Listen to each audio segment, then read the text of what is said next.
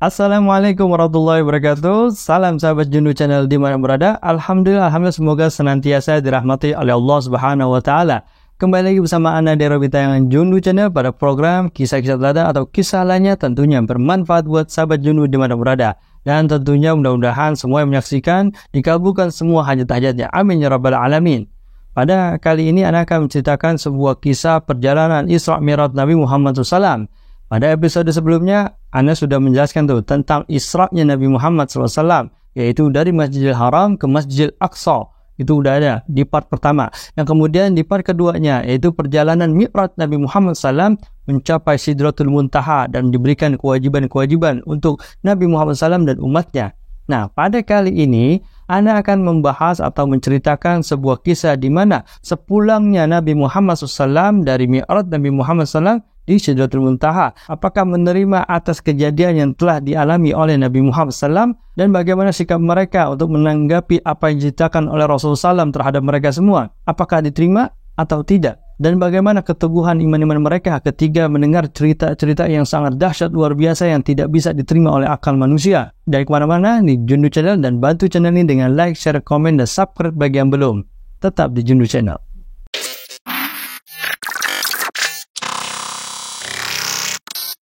Bismillahirrahmanirrahim. Kisah ini adalah kisah setelah Mi'raj Nabi Muhammad SAW. Sesampainya di bumi, Nabi Muhammad SAW bertemu dengan sekelompok kafilah dagang Quraisy yang sedang dalam perjalanan dari Syam menuju Makkah. Nabi melihat satu unta mereka lari dari rombongan, sehingga sebagian mereka mengejarnya. Nabi Muhammad SAW juga melihat seekor unta merah yang patah kakinya. Nabi mengucapkan salam kepada mereka juga, dan tiba-tiba mereka merasa heran sambil berkata, itu seperti suara Muhammad. Nabi Muhammad SAW menemukan dua kendi air mereka yang bersih penuh, dan Nabi Muhammad SAW pun meminum air pada salah satu dari kedua kendi tersebut, kemudian meletakkannya kembali di tempatnya semula. Menjelang subuh, Nabi Muhammad SAW telah sampai di Masjidil Haram di dekat dua pamannya, yaitu Sayyidina Hamzah dan Sayyidina Ja'far, yang tadi ditinggalkan dalam keadaan tidur. Jadi ketika mereka tidur, dia nggak tahu, sampai pulang itu kedua pamannya masih tidur.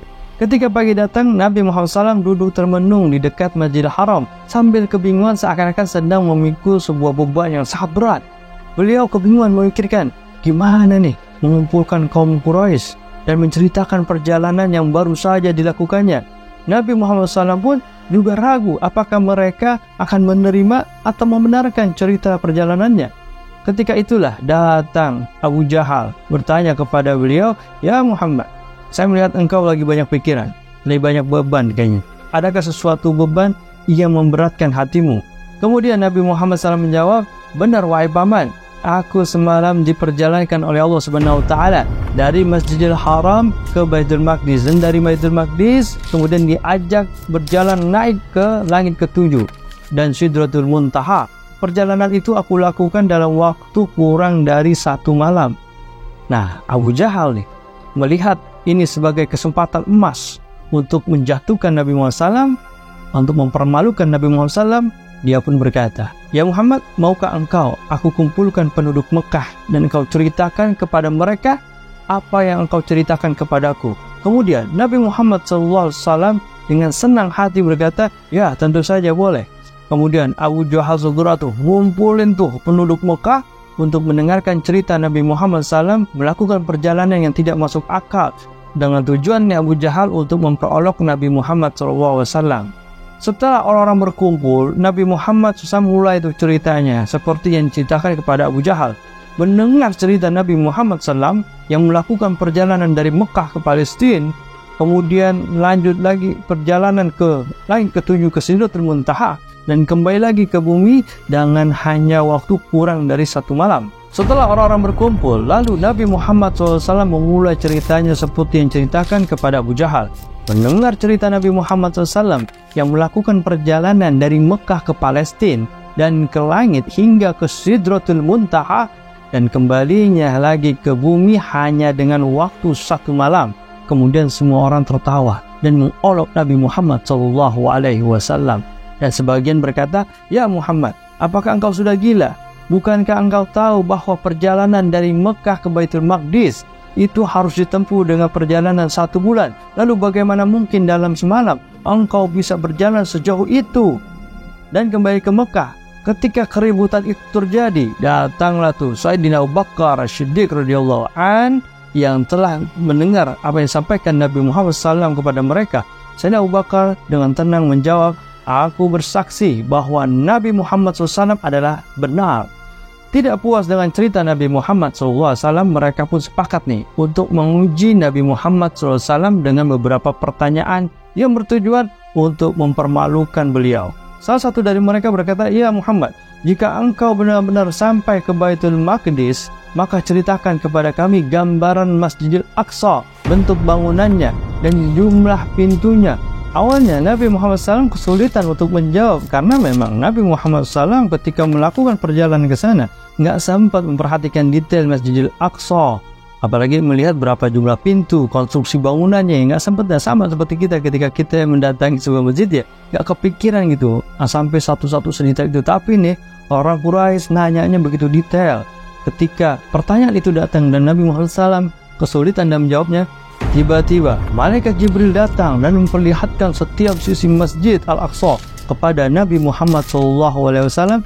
Nah, akhirnya dengan mudahnya Nabi Muhammad SAW bisa menjelaskan dengan detail dan sangat rinci gambaran Masjidil Aqsa kepada penduduk Mekah, bahkan sampai jumlah pintunya. Itu sesuai pertanyaan mereka. Apakah mereka percaya dengan jawaban Nabi Muhammad SAW? Ternyata jawaban Nabi Muhammad SAW tidak membuat mereka percaya begitu saja, dan mereka pun meminta bukti lain. Salah satunya bertanya, jika memang engkau dari Palestina atau dari Baitul Maqdis, pastilah engkau bertemu dengan kafilah dagang yang sedang menuju Makkah. Coba engkau jelaskan, engkau ceritakan keadaan mereka kepada kami. Kemudian Nabi Muhammad SAW menjawab, ya, saya memang berpapasan atau bertemu dengan kafilah itu. Saya melihat salah satu unta mereka lari dan keluar dari rombongan, dan mereka pun mengejarnya. Salah satu unta mereka yang berwarna merah patah kakinya. Saat mereka beristirahat dan meletakkan 2 kendi air minum mereka di tanah, salah satunya aku minum dan aku letakkan kembali di tempat semula. Mereka bertanya, ya Muhammad, kira-kira kapan mereka akan sampai di Mekah? Kemudian Nabi Muhammad SAW menjawab, mereka akan masuk ke kota Mekah pada hari Rabu. Akhirnya sahabat penduduk Mekah pun menunggu kedatangan kafilah tersebut untuk membuktikan kebenaran apa yang disampaikan oleh Nabi Muhammad SAW. Kemudian pada sore hari Rabu, ternyata mereka belum juga masuk ke kota Mekah. Di saat itulah Allah Subhanahu wa Ta'ala kemudian menahan matahari untuk terbenam, sehingga siang lebih lama sampai 1 jam. Akhirnya pada saat itu sore hari Rabu itu kafilah dagang yang diceritakan oleh Nabi Muhammad SAW memasuki kota Mekah. Mereka pun ditanya apa yang terjadi dalam perjalanan menuju Mekah dari Palestina. Mereka menceritakan sama seperti cerita Nabi Muhammad SAW, di mana salah satu unta mereka lari dan memisahkan diri lalu mereka mengejarnya. Unta mereka yang merah, kakinya patah, itu benar. Serta salah satu kendi air mereka pun kosong. Dan mereka pun bercerita sepertinya malam itu ada suara Muhammad yang mengucapkan salam kepada mereka. Mendengar cerita kafilah yang sangat sesuai dengan apa yang diceritakan oleh Nabi Muhammad SAW, beramai-ramai mereka berkata bahwa ini adalah salah satu bentuk sihir Nabi Muhammad SAW. Bayangkan sahabat jenuh, Nabi Muhammad sudah membuktikan 2 kali tuh. Dan yang kedua ini dikata tukang sihir. Nabi Muhammad punya sihir dan lain-lain. Begitulah kaum Quraisy, mereka belum bisa menerima kebenaran yang disampaikan Nabi Muhammad SAW kepada mereka. Sekalipun dengan bukti yang kuat dan tidak terbantahkan, bahkan sebagian sudah beriman menjadi murtad karena sulit menerima cerita yang disampaikan Nabi Muhammad SAW. Sehingga wajar Allah SWT mengatakan bahwa peristiwa tersebut adalah ujian iman bagi manusia seperti yang disebutkan dalam surat Al-Isra ayat 60, yang artinya, dan tidaklah kami jadikan penglihatan yang kami perlihatkan kepada engkau kecuali ujian bagi manusia. Namun demikian, ketika mereka beramai-ramai bertanya kepada Sayyidina Abu Bakar tentang apa yang diceritakan Nabi Muhammad SAW kepada mereka, Sayyidina Abu Bakar dengan lantang, dengan tegas menjawab bahwasanya aku percaya semua yang dikatakan Muhammad, bahkan lebih dari itu pun aku percaya. Demikianlah Sayyidina Abu Bakar yang menerima secara mutlak semua yang diceritakan Nabi Muhammad SAW tentang perjalanan yang maha dahsyat ini. sekalipun menurut ukuran akal itu tidak logis. Karena Sayyidina Abu Bakar menerimanya dengan keimanan. Sahabat Judu, begitulah kisahnya yang terjadi ketika sepulang daripada Mi'raj Nabi Muhammad SAW dari Sidratul Muntaha kemudian 7 lapis langit. Ternyata tidak semua bisa menerimanya. Tapi ini adalah hal-hal yang perlu kita imani.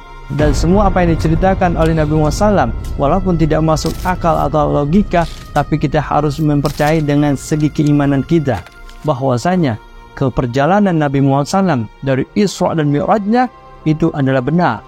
Dan bagi kita yang tidak mempercayai itu, hati-hati dengan keimanan kita semua. Dahsyat luar biasa. Sahabat Jundu, nanti di lanjut episode Anda akan menceritakan bagaimana Sayyidina Abu Bakar bisa mempercayai atau meyakini bahwa perjalanan Rasulullah SAW Isra dan Mi'rajnya sampai ke Sidratul Muntaha itu adalah benar. Dan ini tidak serta-merta asal mempercayai aja, tapi ini ada reasonnya, ada alasannya kenapa Sayyidina Abu Bakar mempercayai Nabi Muhammad SAW telah menjalankan Isra dan Mi'rajnya. Insya Allah di lain kesempatan Anda akan menceritakannya. Tetap jangan kemana-mana, tetap di Jundu Channel, masih banyak kisah-kisah lainnya yang lebih seru dan kisah-kisah yang menjadi wawasan kita dalam sejarah Islam. Tentunya insya Allah bermanfaat buat kita semua, menambah sejarah Islam. Demikian, mudah-mudahan kisah ini bermanfaat buat semua sahabat Jundu Channel dimanapun berada. Dan jangan lupa bantu channel ini dengan like, share, komen, dan subscribe bagi yang belum, dan nyalakan notifikasi agar tidak ketinggalan tayangan terupdate. Ananda Robi, salam Jundu Channel. Assalamualaikum warahmatullahi wabarakatuh.